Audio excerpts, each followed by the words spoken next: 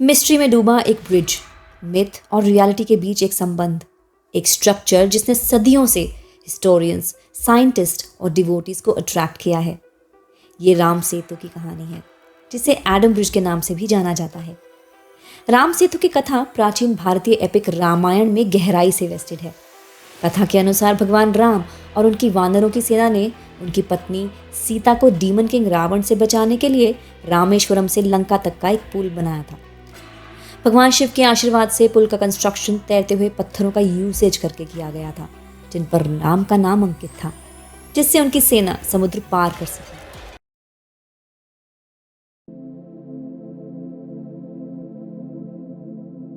रामेश्वरम की सेक्रेड भूमि पर आपका स्वागत है, जो मोक्ष का एक डिवाइन गेटवे है और भगवान शिव के 12 ज्योतिर्लिंगों में से एक का घर है। भारत और श्रीलंका के बीच एक शांत आइलैंड पर बसा रामेश्वरम रामनाथ स्वामी मंदिर का होम है, जो भगवान शिव को डेडिकेटेड एक शानदार मंदिर है, जिसकी पूजा स्वयं भगवान राम ने की थी। ये केवल एक पिलग्रिमेज साइट नहीं है, ये वह जगह है जहाँ एपिक रामायण वाइवेबल होती है, जहाँ स्वयं भगवान राम ने शिव की पूजा की और जहाँ दुनिया भर से भक्त स्पिरिचुअल नॉलेज की तलाश करते हैं। इस पवित्र आइलैंड ने डिवाइन इवेंट्स, माइथोलॉजिकल वॉर्स और सेलेस्टियल ब्लेसिंग्स को देखा है, जो इसे शिव और विष्णु दोनों के भक्तों के लिए मस्ट विजिट बनाता है। आज हम एक ऐसी भूमि की यात्रा पर निकलते हैं जहां माइथोलॉजी डिविनिटी से मिलती है, जहां भगवान राम के फुटप्रिंट्स एको थ्रू टाइम और जहां भगवान शिव का पवित्र ज्योतिर्लिंग स्पिरिचुअल पावर के प्रतीक के रूप में खड़ा है।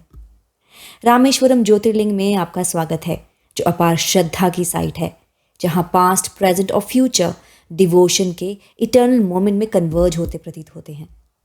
जॉइन अस, क्योंकि हम सबसे शक्तिशाली ज्योतिर्लिंगों में से एक की मिस्ट्रीज को अनवील करने वाले हैं, इसकी यूनिक हिस्ट्री, ग्रैंड आर्किटेक्चर और मिस्टिकल लेजेंड्स का पता लगाने जा रहे हैं और स्पिरिचुअल एनर्जी को देखने जा रहे हैं, जो दुनिया भर से डिवोटीज को फैसिनेट करती रही है। लेकिन ये ज्योतिर्लिंग कैसे एग्जिस्टेंस में आया? आइए रामेश्वरम की कैप्टिवेटिंग लेजेंड्स में डीप डाइव करें। तमिलनाडु के पंबन आइलैंड पर स्थित रामेश्वरम हिंदुओं के लिए सबसे पवित्र तीर्थ स्थलों में से एक है। बद्रीनाथ, द्वारका और पुरी के साथ ये 4 धाम बनाता है, जो मोक्ष या मुक्ति प्रदान करने वाले पवित्र स्थलों की एक क्वार्टेट है।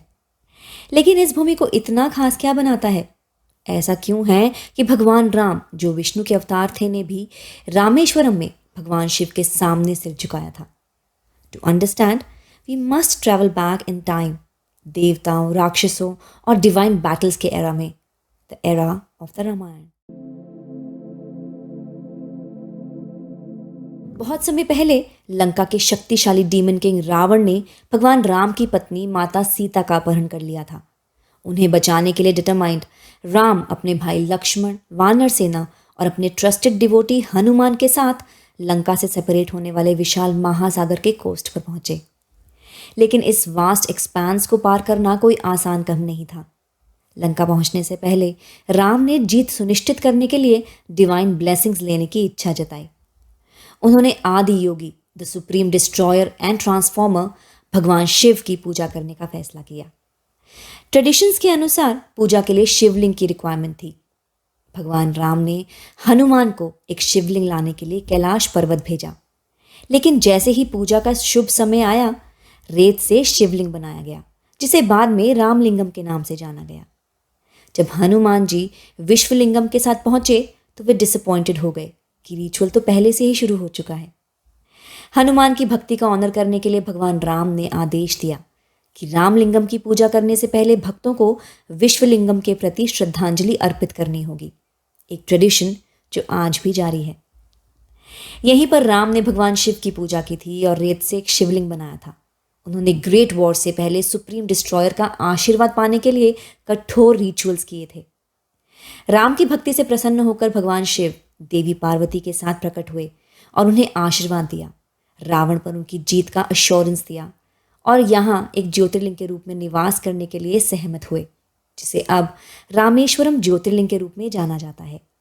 तब से ये एक्सट्रीम स्पिरिचुअल स्ट्रेंथ का पवित्र स्थल बन गया। रामेश्वरम सिर्फ पौराणिक कथाओं के बारे में नहीं है, ये एक आर्किटेक्चरल मार्वल है। ये मंदिर 15 एकड़ में फैला हुआ है और इसमें ऊंचे पिरामिड लाइक टार, गोपुरम और एक विशाल नंदी है। रामनाथ स्वामी मंदिर दुनिया का सबसे लंबा टेम्पल कॉरिडोर समेटे हुए है। 1200 मीटर लंबा मिराकल, जो भारत के सभी हिंदू मंदिरों में सबसे लंबा कॉरिडोर है, जो 1212 कॉम्प्लेक्स कार्व्ड कॉलम से ब्यूटिफाइड है और सिमेट्रिक रूट्स एक डिवाइन एनवायरनमेंट बनाते हैं जो हर विजिटर को फैसिनेट कर देता है।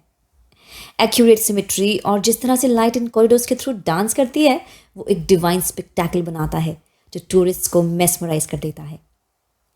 एज यू वॉक थ्रू, ऐसा कहा जाता है कि आप संतों, ऋषियों, काउंटलेस डिवोटीज की प्रेजेंस को फील कर सकते हैं। मंदिर की ड्रेविडियन स्टाइल आर्किटेक्चर, ऊंचे गोपुरम और दिव्य लिंगम इसे भारत के सबसे भव्य मंदिरों में से एक बनाते हैं। रामेश्वरम सिर्फ ज्योतिर्लिंग के बारे में नहीं है, ये होली वाटर, डिवाइन प्योरिफिकेशन और कर्म प्योरिफिकेशन की भूमि है। रामेश्वरम में सबसे पवित्र अनुष्ठानों में से एक टेम्पल कॉम्प्लेक्स के विदिन 22 तीर्थों में पवित्र स्नान है। ऐसी मान्यता है कि यह नंबर 22 राम के क्विवर के 22 बाणों का प्रतीक है। इन 22 पवित्र तालाबों में स्नान करना रामेश्वरम की तीर्थ यात्रा का एक मैंडेटरी पार्ट है। इन होली वाटर बॉडीज, जिनमें से प्रत्येक के यूनिक गुण हैं, के बारे में जाना जाता है कि वे पापों को शुद्ध करते हैं, आत्मा को शुद्ध करते हैं।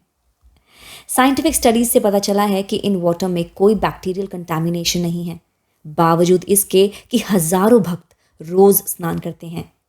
एक प्राचीन मिस्ट्री जिसे अभी तक सुलझाया जाना बाकी है।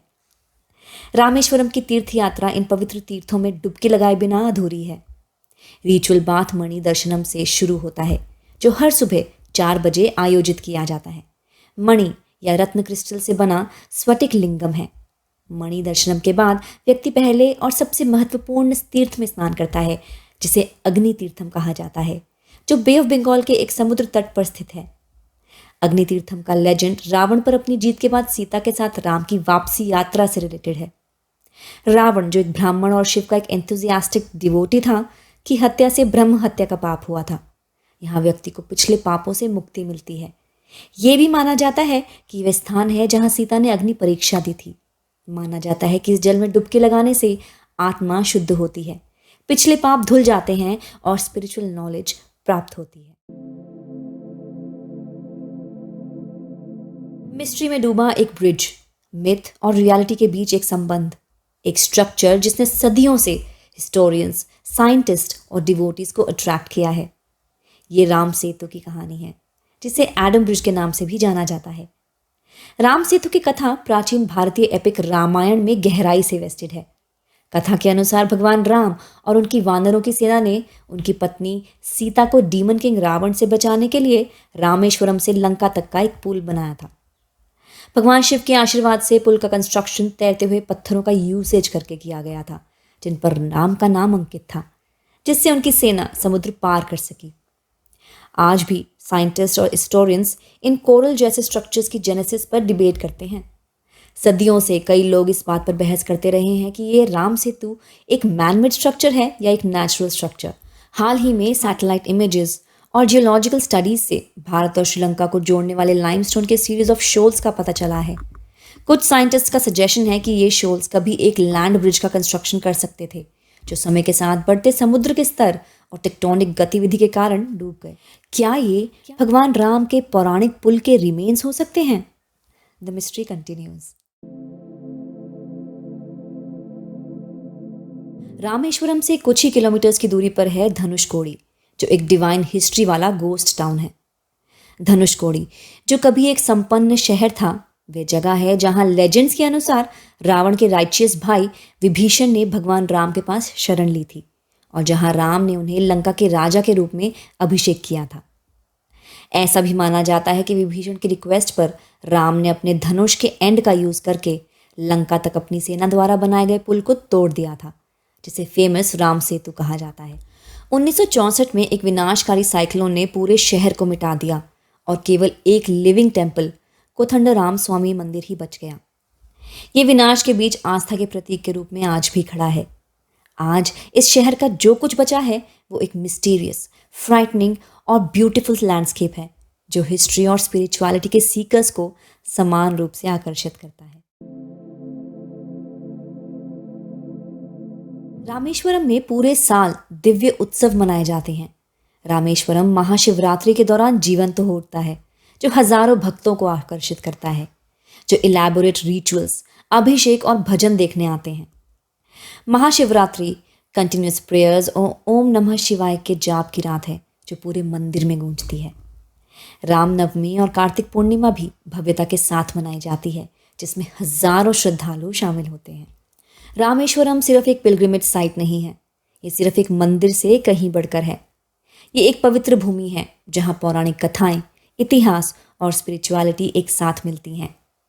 चाहे आप इनर पीस, दिव्य आशीर्वाद, मिरेकल्स ऑफ आर्किटेक्चर या महाकाव्य रामायण से जुड़ाव की तलाश में हो, रामेश्वरम एक सोल स्टिलिंग एक्सपीरियंस प्रदान करता है।